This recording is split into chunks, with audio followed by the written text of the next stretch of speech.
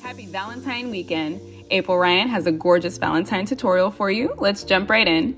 She uses our gel polish color First Kiss for our stamping design base color. Gel polish color Illusion will be our base for our matte heart design.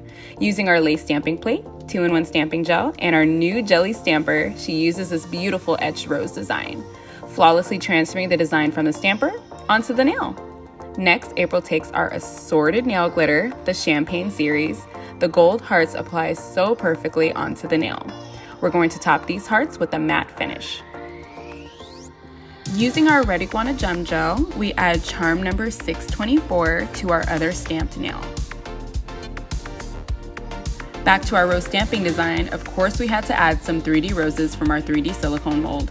We attached the mold to the nails using our Red Iguana Gem Gel. April thinks this nail design needs some gold caviar beads.